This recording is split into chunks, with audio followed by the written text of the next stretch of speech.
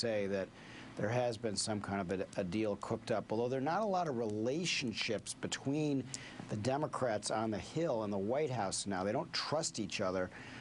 So it may be that this plays out in public, and if his explanation isn't good enough by the end of the week, then he'll be gone. But if you wait any longer than that, you have the recess coming up, and the replacement, a new AG, could come in during the time that Congress is not in Washington, correct?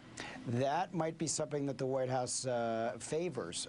So you could see that play out that way. But if the recess comes and goes and there hasn't been a change and they play for more time with the recess, when they do come back, then you'll see a lot more talk about impeachment. Jonathan Alter of Newsweek, as always, great thanks for your time. Thanks, Keith. The problem Gonzales faces is not isolated to any one statement. It is a growing pattern, a pattern that may have its roots in his resume. In Texas, he served as a state Supreme Court judge, Secretary of State, general counsel to the governor. Since then, he served as White House counsel, and now, of course, U.S. Attorney General. In his 5 appointments to public positions spanning over a decade, he has never been chosen by anyone other than George W. Bush.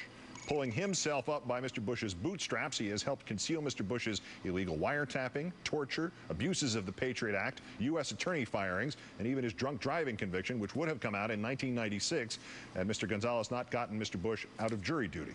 Let's turn now to Jim Moore, co-author of Bush's Brain, contributor to HuffingtonPost.com, who has covered the Bush-Gonzales tandem act since before they took it on the road. Jim, great thanks for your time tonight. Hi, Keith. Good to be with you. If we stipulate that Karl Rove is Mr. Bush's brain, can we assign a physical organ or a mental faculty to Mr. Gonzales? I don't know. Maybe he's his bipolar buddy or his pathological pal. I'm not sure. He certainly exhibits a certain amount of pathology when interacting with reality. But, you know, Keith, the perfect example of this relationship, I think, is the attorney purge scandal. That was hatched by Rove, taken to the president. The president said, yeah, let's do it. And Rove took it to the attorney general, and the attorney general executed it. He didn't ask questions. He wouldn't have thought about the implications. He would only thought about what the president wanted. And that's how he got into this mess. The best defense offered of Mr. Gonzales seems to be that he simply lacks imagination, that's the polite way of putting it, or brain power, that's the impolite way of putting it. Is he capable of outwitting Congress, or has he met his match here?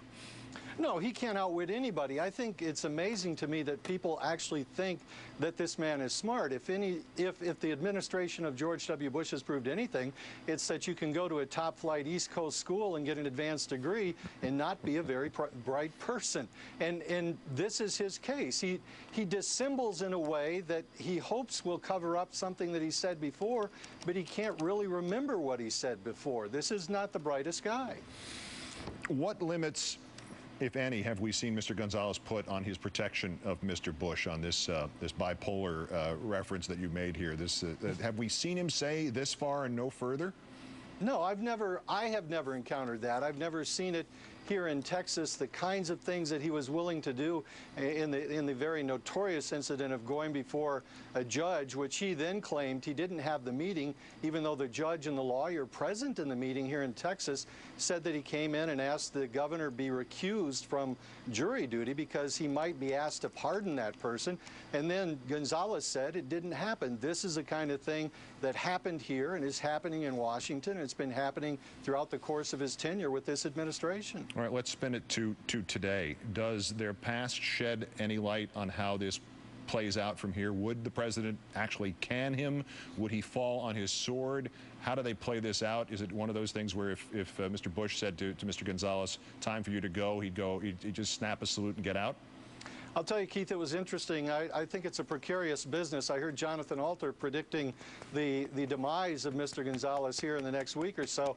I don't really see that happening unless there's a calculus where Rove says to the president, we got to cut him loose. Remember that Donald Rumsfeld was around a lot longer than anybody thought he would be, and he did not have the history that Mr. Gonzales has with the president. And remember also, there might not even be a Bush administration if Al Gonzales hadn't made that deal here to keep him off jury duty. It would have exposed a part of his past that would have been dissected by the media to damage the president before he got to be president.